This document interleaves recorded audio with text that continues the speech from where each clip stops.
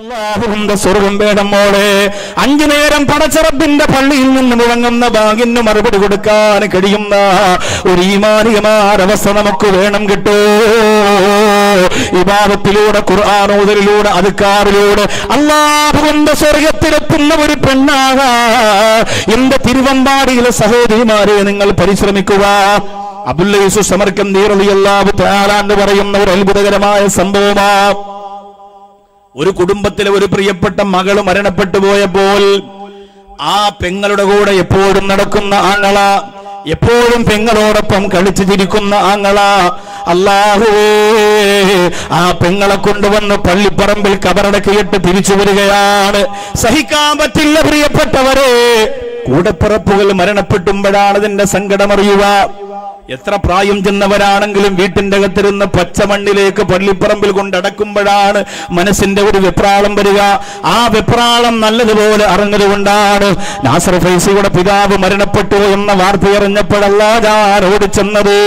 എന്തിനും അറിയുമോ, വീട്ടിന്റെ അകത്ത് എത്ര പ്രായം ചെന്നവരാണെങ്കിലും അല്ലാഹുവേ ജീവിച്ചിരിക്കുമ്പോ സന്തോഷിക്കുമ്പോ, നമ്മളെ കാണുമ്പോ നമ്മളോട് വർത്തമാനം പറയുമ്പോ, നമ്മൾ കൊടുക്കുന്ന വെള്ളം കുടിക്കുമ്പോ അത് നമുക്ക് വല്ലാത്ത സൗഭാഗ്യം തന്നെയാണ്. ആരോരുമില്ലാത്ത കുറ്റാകുറ്റിരുട്ടിനിടയിൽ കാടുകൾക്കിടയിൽ കുഴിക്കപ്പെടുന്ന കബറിനകത്ത് പിതാവിന്റെ മയ്യത്തിറക്കി വെച്ചിട്ട് മടങ്ങി വരുമ്പോ സ്നേഹമുള്ള ഏത് പെണ്ണുപോണ്ടെയും ഖൽബൊന്ന് പിടച്ചു പോകുമല്ല.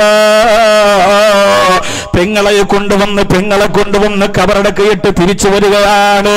തിരിച്ചു വന്നിട്ട് ഉറക്കം വരുന്നില്ല, സമാധാനമില്ല. ഒരു നിഴല് പോലെ കൂടെയുണ്ടായിരുന്ന പ്രിയപ്പെട്ടവള് കബറിലാണല്ലോ.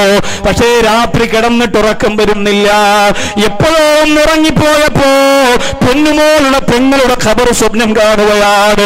എപ്പോഴോ ഉറങ്ങിപ്പോയപ്പോ ആ ഖബർ ഇങ്ങനെ സ്വപ്നത്തിൽ കാണുന്നു. ഫൈദൽ ഖബർ മുസ്തഖിലുൻ നാർ, ഫൈദൽ ഖബർ മുസ്തഖിലുൻ നാർ. ആ ഖബറിന്റെ അകത്ത് മുഴുവനും തീയാണ് അല്ലോ. ആ ഖബറിങ്ങനെ തീ കൊണ്ട് ആളിക്കത്തുന്നു അല്ലോ.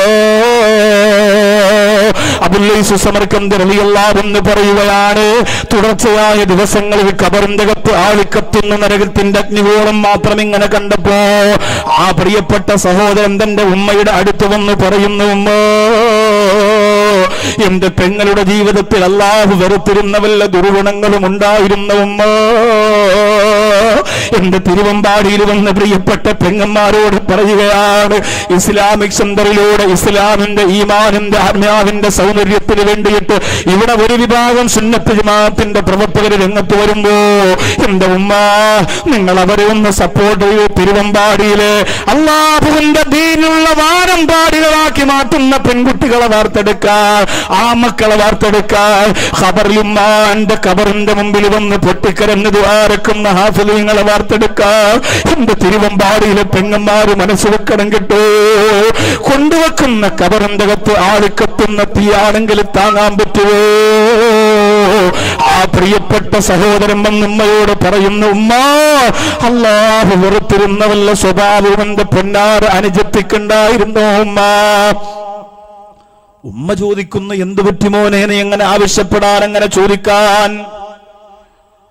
ആ സഹോദരൻ പറയുന്നു, ഉമ്മ, എത്ര ദിവസം കൊണ്ട് കാണുന്നു പൊന്നാര പെങ്ങളുടെ ഖബർ നിറച്ച് തീയാണ്, തീങ്ങനെ ആളിപ്പടരുന്നതാണ് കണ്ടുകൊണ്ടിരിക്കുന്നത്.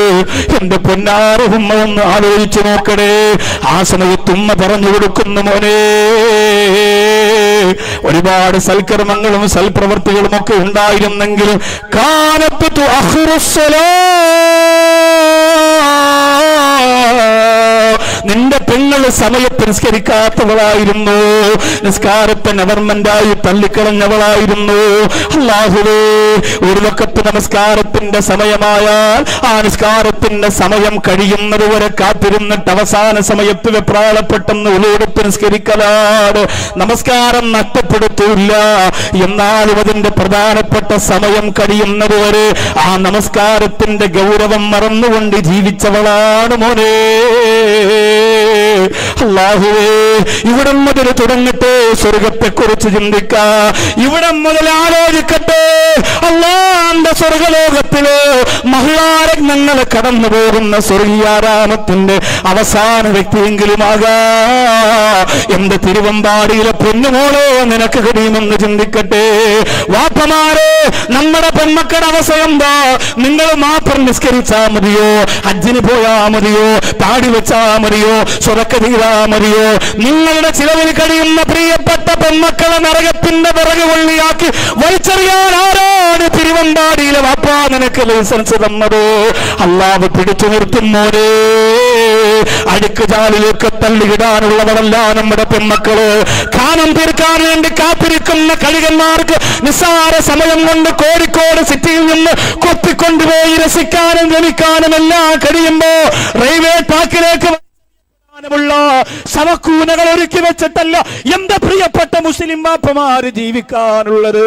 നമ്മുടെ പ്രിയപ്പെട്ട പൊന്നാര പെൺമക്കളെ അല്ലാ എന്ന് പറയുമ്പോ കരയുന്ന, ബാങ്ക് വിളിക്കുമ്പോ കരയുന്ന, ഖുർആൻ ഓതി കരയുന്ന, തഹജ്ജുദിന് എഴുന്നേറ്റ് പൊട്ടിക്കരഞ്ഞുകൊണ്ട് ഉമ്മാക്കും ഉപ്പാക്കും ദുആരക്കുന്ന മക്കളായി വാർത്തെടുക്കണം എന്റെ തിരുവമ്പാടിക്കാരാ. അബുല്ലൈസ് സമർക്കന്ദി റളിയല്ലാഹു അൻഹു ഈ ചരിത്രം പറഞ്ഞിട്ട് പറയുകയാ, നമസ്കാരത്തെ പിന്തിപ്പിക്കുന്നവർക്ക് ഇതാണ് ഖബറിന്റെ അവസ്ഥയെങ്കിൽ നമസ്കാരം ഒഴിവാക്കുന്നവരുടെ അവസ്ഥ എന്തായിരിക്കും റബ്ബേ?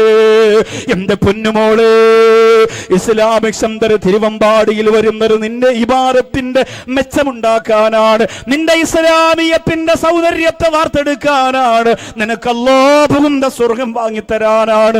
അതോ നിസ്കാരം ഉപേക്ഷിക്കുന്നവരുടെ ശിക്ഷ ഒരിക്കലും ഞങ്ങൾക്ക് തരല്ല റബ്ബേ. അങ്ങനെ ഒരു ദുആ അല്ലാഹു സ്വീകരിച്ചാൽ നമ്മൾ മരിക്കുന്നതിന് മുമ്പ് നമ്മുടെ നിസ്കാരത്തിൽ കൃത്യത വരുത്തുന്നവരായി മാറും.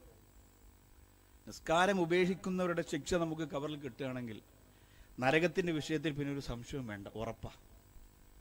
ആ ശിക്ഷ നമുക്ക് കിട്ടിയാൽ ഖബറിൽ നമ്മൾ ചിന്തിച്ചിട്ടുണ്ടോ? നമ്മൾ എത്രയോ ആളുകൾ നമ്മൾ ഖബറടക്കി, എത്ര ആളുകളെ